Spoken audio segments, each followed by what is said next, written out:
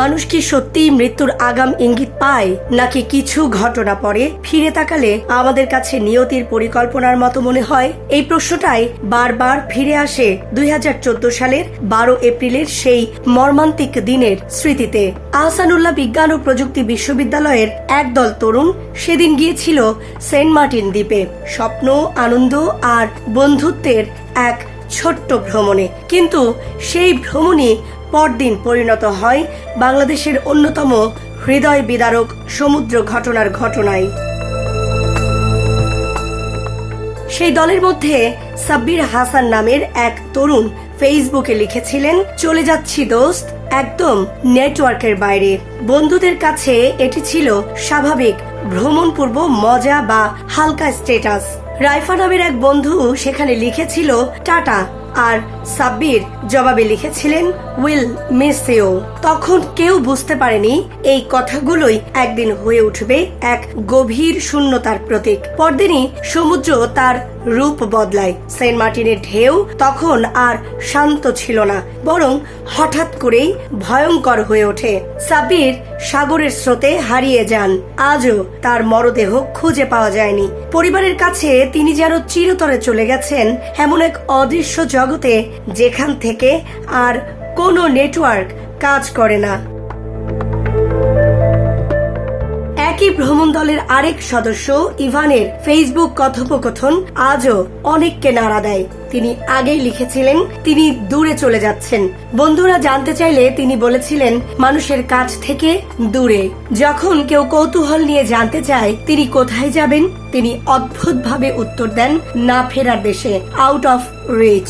এমনকি এক পর্যায়ে তিনি বলেন যদি মরে যাই। তার এই কথাগুলো তখন অনেকেই হালকা বা রসিকতা হিসেবে নিয়েছিল, কিন্তু পরের দিনের বাস্তবতা ছিল নির্মম। ইভান কখনোই বলেননি যে তারা সেন্ট মার্টিন যাচ্ছেন, বরং তার কথাগুলো বারবার মৃত্যুর দিকেই ইঙ্গিত করছিল, যা পরে ভয়াবহভাবে বাস্তবে পরিণত হয়। 2014 সালের 13 এপ্রিল ঘটে সেই দুর্ঘটনা, যেখানে 6 জন তরুণ প্রাণ হারান। তারা হলেন ইভান, সাব্বির, অঙ্কুর, ইশতিয়াক, নোমান এবং বাপ্পি। সেদিনের সেই সমুদ্র মুহূর্তের মধ্যে আনন্দ থেকে হয়ে ওঠে মৃত্যুর মঞ্চ। ঘটনার বিস্তারিত অনুযায়ী আহসানুল্লাহ বিশ্ববিদ্যালয়ের মোট 34 জন শিক্ষার্থী টেকনাফ থেকে কুতুবদিয়ার পথে জাহাজে করে দুপুরে সেন্ট মার্টিন পৌঁছান। তারা সেখানে একটি রিসোর্টে ওঠেন এবং কিছু সময় পরে কয়েকজন শিক্ষার্থী সমুদ্র সৈকতের জেটি ঘাটের উত্তর পূর্ব পাশে গোসলে নামেন। তখনই হঠাৎ ভাটার টানে পানির স্রোত প্রবল হয়ে ওঠে।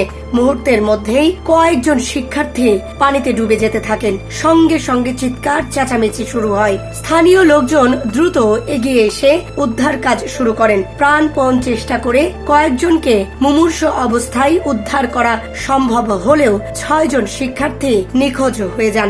সেই নিখোঁজ তরুণরা লাশ হয়ে ফিরেছেন। এই ঘটনার পর কেটে গেছে 12 বছর।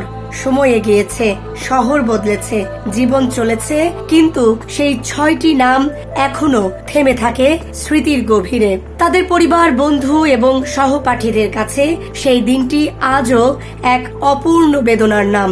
বাস্তব ঘটনার অনুপ্রেরণায় নির্মিত চলচ্চিত্র নেটওয়ার্কের বাইরে সেই গল্পকে পর্দায় এনেছে। তবে বাস্তবের শূন্যতা কোনো চলচ্চিত্রই পূরণ করতে পারে না। সমুদ্র আজও একই রকম, ঢেউ একইভাবে আছড়ে পড়ে, কিন্তু সেই 6টি স্বপ্ন আর কখনো ফিরে আসেনি। Desk report, Dhaka express.